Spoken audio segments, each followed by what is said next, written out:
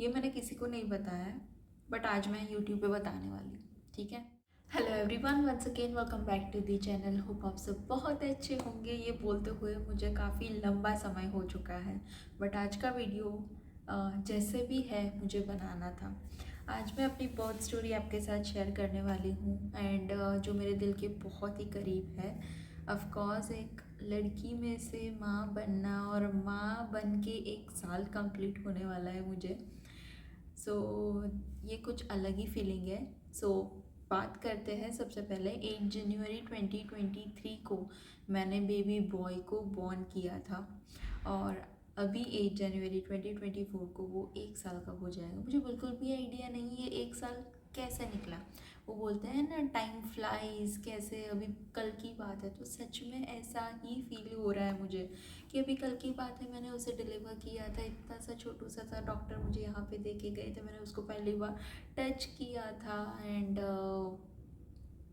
वो 9 महीने का इंतज़ार होता है एंड अभी देखो 1 साल भी हो जाने वाला है। तो ये वीडियो बनाना बहुत ज़रूरी था। काफ़ी टाइम से मैं बिल्कुल भी एक्टिव नहीं थी यूट्यूब पे, पर मुझे ये वीडियो बनाना ही था। तो चलिए, आज किसी भी हालत में बेबी सो रहा है इसलिए मैं थोड़ा स्लो बात करूँगी, बट बनाते हैं video. So without a further due let's get started. Start करते हैं। सबसे पहले मैं कौन हूँ थोड़ा इंट्रोडक्शन दे दूँ ताकि नए व्यूअर्स को पता चल जाए।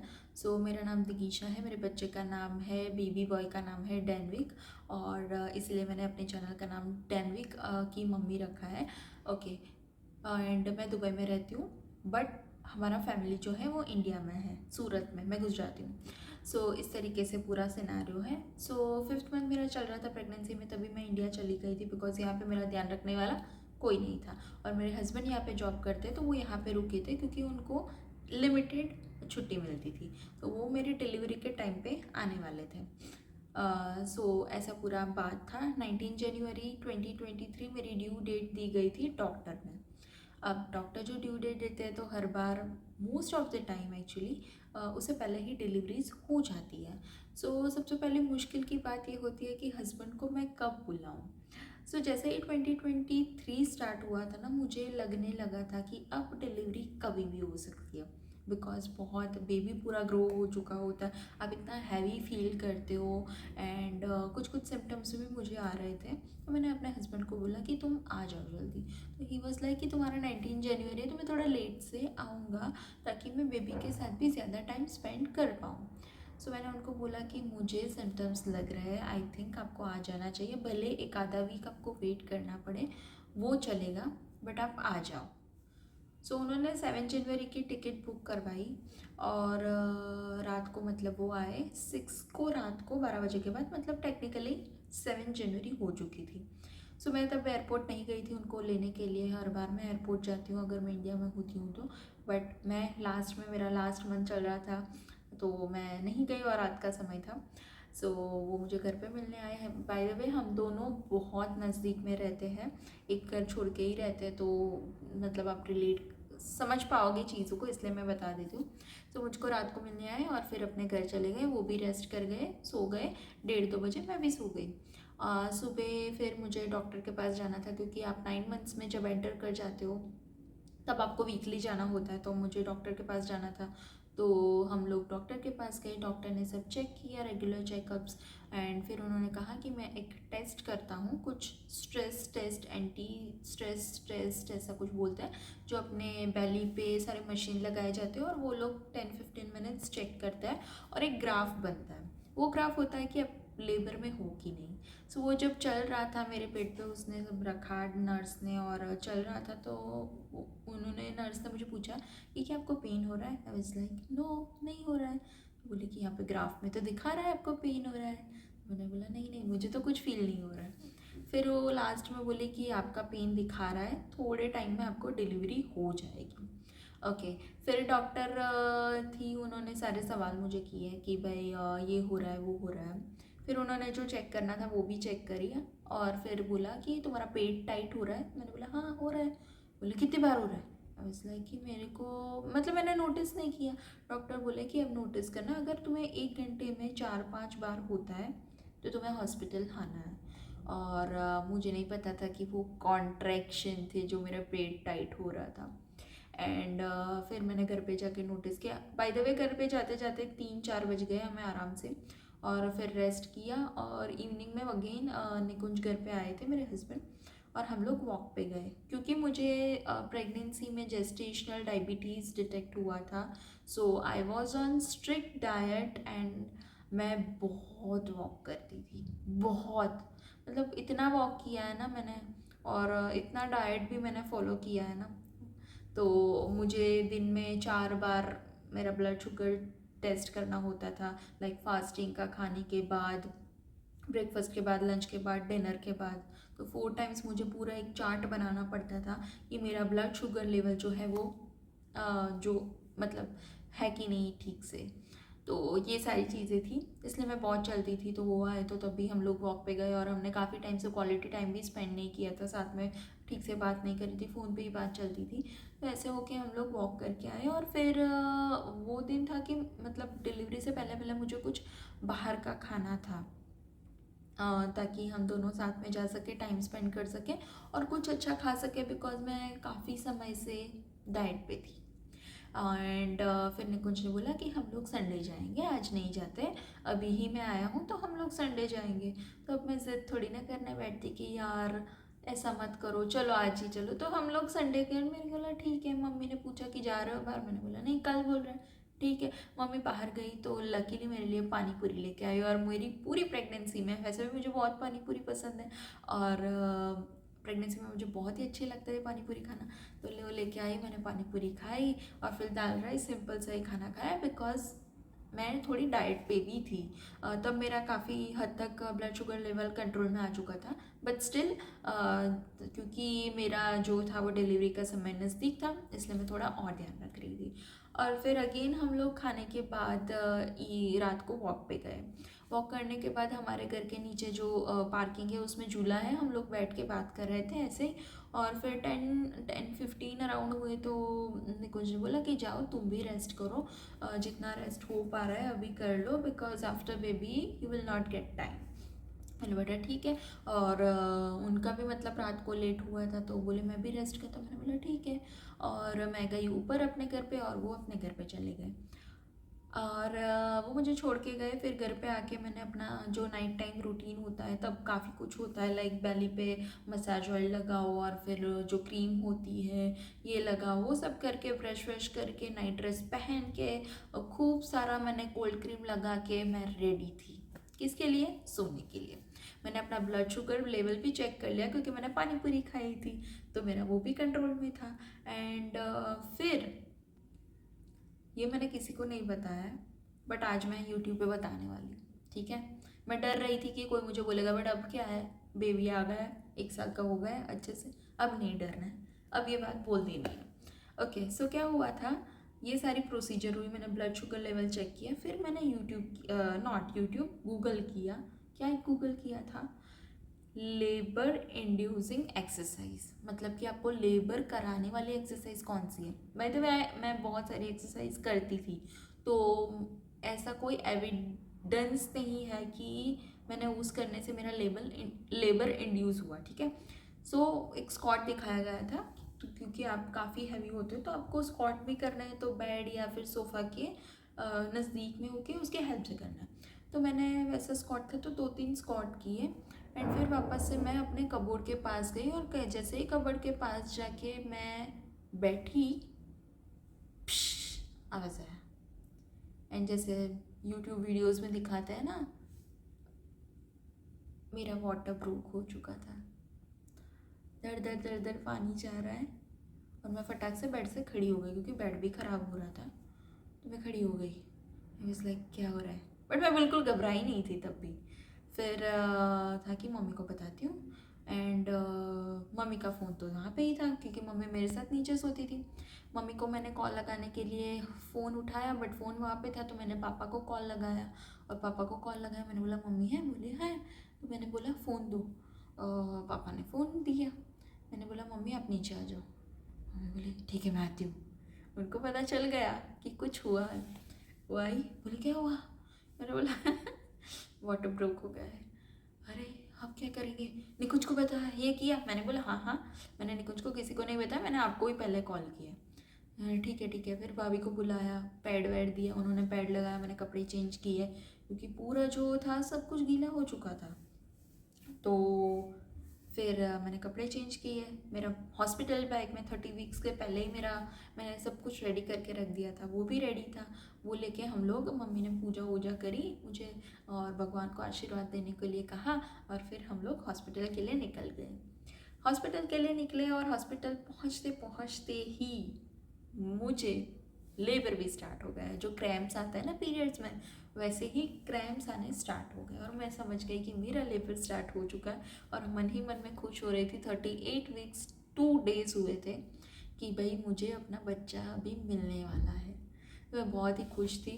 हॉस्पिटल गए, हॉस्पिटल में जो भी कपड़े वपड़े चेंज करवाए, उन्होंने लेबर रूम में ले गए, जो भी सारा प्रोसीजर था वो सब करवाया। वो जानना है तो आप मुझे कमेंट करना, उस पर अलग वीडियो मैं एक करूँगी। तो वो सब करके मुझे एक रूम दिया गया और वहाँ पे जाके मैं लेट गई। बट मुझे काफ़ी हद तक मेरा लेबर स्टार्ट हो चुका था। मुझे जब तक पता है तब तक क्या होता है कि लाइक आपको डिस्टेंस पे, मतलब थोड़े थोड़े टाइम पे आते हैं। लाइक 30 मिनट्स पे क्रैम्प्स आते हैं, फिर जैसे जैसे टाइम कम होता जाता है और इतनी जल्दी आपका डिलीवरी का समय नज़दीक होता है, ऐसा कुछ होता है। तो मुझे तो भाई स्टार्टिंग से ही 10-15 मिनट में आ रहे हैं इतने क्रैम्प्स, और मैं सो नहीं पा रही हूँ। वो नर्स आके बार बार चेक कर रही है पल्स है कि नहीं बेबी की ठीक से, और ब्लड प्रेशर चेक कर रहे हैं। मुझे बहुत पेन हो रहा है। तो अराउंड 1-2 बजे तो मुझे इतना ही पेन हो रहा था, मैं कुछ बोल नहीं रही थी क्योंकि I was ready, I was mentally prepared कि ये सब होगा, मतलब वर्स्ट पेन होगा। जो सुना है वो मतलब है ही, करना ही है फेस। तो मैं बोल नहीं रही थी। बट वो नर्स है कि बहुत पेन है, आई वॉज लाइक यस। तो तुम अंदर आओ। वापस मुझे लेबर रूम के सामने जो रूम था जहाँ पे वो मेरा स्ट्रेस वाला टेस्ट किया था, वहाँ पे किया। वहाँ पे उन्होंने चेक किया, बोले कि नहीं आप अभी लेबर में ही आ जाओ। सो अराउंड 3 o'clock और 4 o'clock मैं 4 सेंटीमीटर डायलेटेड थी, और नर्स ने मुझे पुश करवाना स्टार्ट कर दिया। ये मुझे बिल्कुल समझ में नहीं आया क्योंकि मुझे पता है तब तक 10 सेंटीमीटर डायलेशन होता है, उसके बाद आपको पुश करने को बोलते हैं और बेबी को बाहर निकालते हैं। तो मुझे 4 सेंटीमीटर पे ही सब समझाया गया कि तुम पुश करो। अरे भाई, उसमें ही मेरी हालत ख़राब हो गई क्योंकि देखो आप पूरा दिन भी वॉक कर रहे थे, ये कर रहे थे, मैं बहुत एक्टिव थी, सुबह भी उठी थी। आगे का दिन के भी मतलब मैं ठीक से सो नहीं पाई थी, हॉस्पिटल गई थी, पूरा दिन मैं एकदम बिजी रही और शाम को मतलब मैं कुछ सो ही नहीं पाई। और फिर ये पुश करने को बोल रही है, पुश कर रही हूँ, बोल रही नहीं हो रहा है बिकॉज बेबी थोड़ा है ही था। तो मैं बहुत पुश कर रही थी, ट्राई कर रही थी, बट नहीं हो पा रहा था। सो अराउंड 6 o'clock फिर मेरा पेन बहुत इंटेंस होता गया। मैं तो बर्दाश्त करने की हिम्मत कर ही रही थी। मैंने सोचा ही था कि मैं कुछ भी नहीं लूँगी और मैं बस अपना जो है वो बेस्ट दूँगी। तो मुझे बहुत ज़्यादा पेन हो रहा था। मम्मी और निकुंज से बिल्कुल देखा नहीं जा रहा था। सो उन्होंने बोला कि तुम पेनलेस जो होता है उसको क्या बोलते हैं, मैं वो वर्ड भूल गई हूँ, इट्स ओके, वो वर्ड मैं नीचे लिख दूँगी ढूंढ के। सो वो मुझे इंजेक्शन लगाते हैं स्पाइन में, वो लगाया गया। फिर वो मतलब वो उसके डॉक्टर अलग होते हैं, वो डॉक्टर आते आते भी उन्होंने आधा घंटा लगा दिया। बट बहुत बहुत पेन में थी मैं, और उसी टाइम पे ये पुश करो नहीं हो रहा है, तो मैं इतनी डीमोटिवेट हो रही थी। और कहीं ना कहीं एकदम जोर लगाना पड़ता है ना, तो दिमाग में ऑक्सीजन जाना ख़त्म हो जाता है, ऐसा फील हो रहा था। वही सारी सिचुएशन में फिर वो मुझे जो इंजेक्शन लगाना था, जो पेनलेस के लिए होता है, थोड़े टाइम के लिए आपका पेन कम हो जाता है, बंद नहीं होता, आपको कॉन्ट्रैक्शन फील होता है, बट वो पेन रिड्यूस हो जाता है। ऐसा बिल्कुल नहीं है पेन वेन कुछ नहीं होगा, ये सब बोलने की बात है। तो पेन तो होता ही है। फिर उसने जो आया था ना इंजेक्शन लगाने वो भी बोल रहे थे कि यार इसको तो बहुत ज़्यादा ही पेन है। और बाय द वे मुझे कोई पॉटल्स नहीं चढ़े थे अब तक कि तुम्हें पेन का ये चढ़ रहा है, वो कुछ भी नहीं, नेवर। क्योंकि मुझे फिर ही इतना ज़्यादा ऑलरेडी इतना पेन था कि वो लोग को कुछ करने की ज़रूरत ही नहीं पड़ी। सो वो मुझे पेन इंजेक्शन लगाया गया, फिर मुझे थोड़ा रिलैक्स हुआ क्योंकि पेन मेरे कम हो चुके थे। बट वो कॉन्ट्रैक्शन आ रहे थे और पुश करना अभी भी जारी ही था। सो यही सारी सिचुएशन हो रही थी। और फिर अराउंड 7-8 हुए वापस से वो पेन स्टार्ट हो गया, बिल्कुल भी रुक नहीं रहा है पेन, वापस से वो गंदा वाला पहले वाला स्टार्ट हो गया। वो लोग पुश कर रहे हैं, ड्यूटी ये लोग की चेंज हो रही है, नाइट ड्यूटी वाले जा रहे हैं, डे ड्यूटी वाली नर्स आ रही है, वो बोल रही है ये करो वो करो, हर कोई अपना नसीहत दे रहा है और मैं हूँ कि भाई ये क्यों नहीं हो रहा है, क्यों नहीं निकल रहा है बेबी, और डॉक्टर कब आएंगे, कब कितना डायलेशन हुआ, वही सब चल रहा है। हालत ख़राब हो रही है। और फिर डॉक्टर फाइनली 8:45-9 बजे आए और मैंने डॉक्टर को देख कर मुझे इतना अच्छा लगा, इतना रिलीफ हुआ कि हाँ फाइनली अब डॉक्टर निकालेंगे बेबी को बाहर। क्योंकि एक टाइम के बाद जिसने मतलब ये एक्सपीरियंस किया है वो जान सकते हैं कि ऐसा होता है, बस अभी बेबी बाहर निकले, नहीं है शक्ति कुछ भी करने की। सो मेरा लास्ट में ऐसा ही पॉइंट था, मैं खुद ही पुश इतना कर रही थी अपना पेट दबा रही कि भाई बाहर निकले बेबी। और फिर डॉक्टर आए, डॉक्टर ने वैक्यूम से बेबी को निकाला, बिकॉज बेबी का हेड थोड़ा बड़ा था इसलिए वो बाहर नहीं आ रहा था, कितना भी मैं पुश करूँ वो नहीं काम आ रहा था क्योंकि उसका वेट बड़ा था, मतलब थोड़ा अच्छा था वेट, ऐसा बोल सकते हैं। सो फिर उन्होंने आया, डॉक्टर आए और वैक्यूम से बेबी को निकाला और फिर सारी चीज़ें हुई, बट बेबी को मैंने अच्छे से देखा नहीं। और वो लोग ले गए वॉश करके वहाँ पे जो रखते हैं और लाइट में, यूवी लाइट में वहाँ पे रखा। और मैं थी वहाँ पे, फिर मेरे स्टिचेस लिए गए, सब कुछ हुआ। डॉक्टर ने मुझे बोला बेबी बॉय है करके।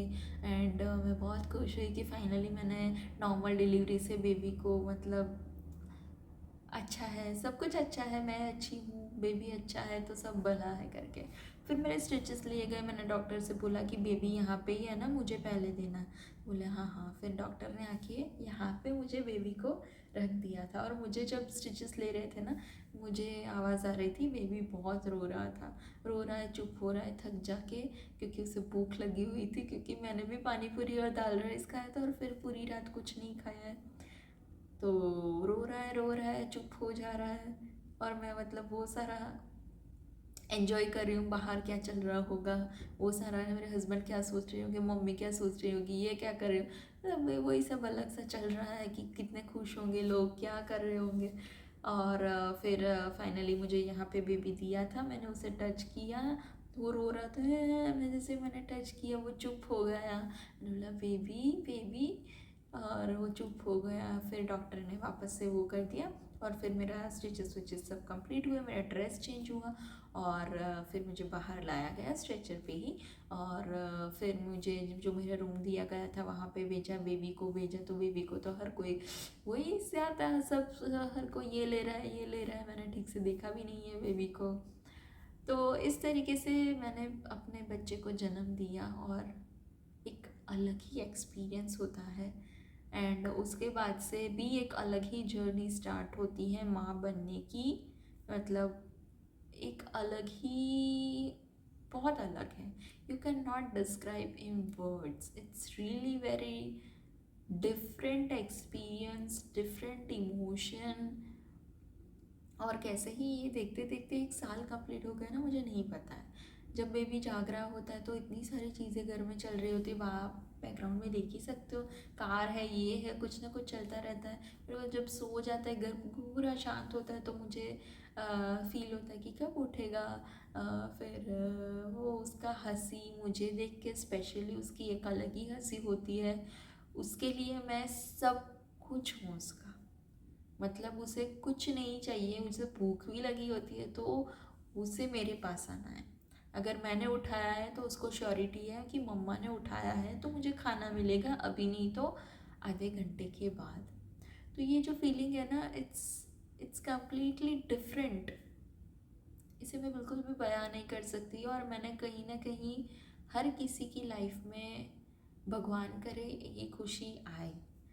सो मुझे ये वीडियो इसलिए बनाना था क्योंकि मुझे सब कुछ याद है, एग्जैक्टली क्या क्या हुआ था, क्योंकि उसे मैं कभी भूल ही नहीं सकती।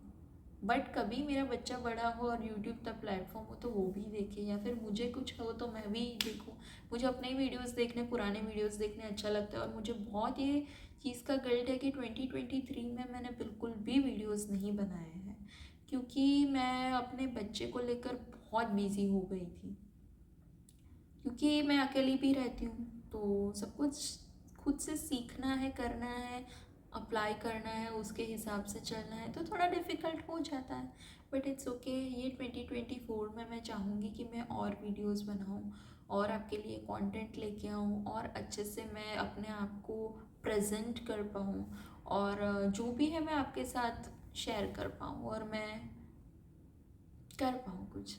यही मेरी तमन्ना है 2024 की। Wish you a happy new year and thank you so much for watching this video. आपको आज का वीडियो पसंद आया होगा। Thank you so much for watching. See in the next one. Till then take care and bye bye.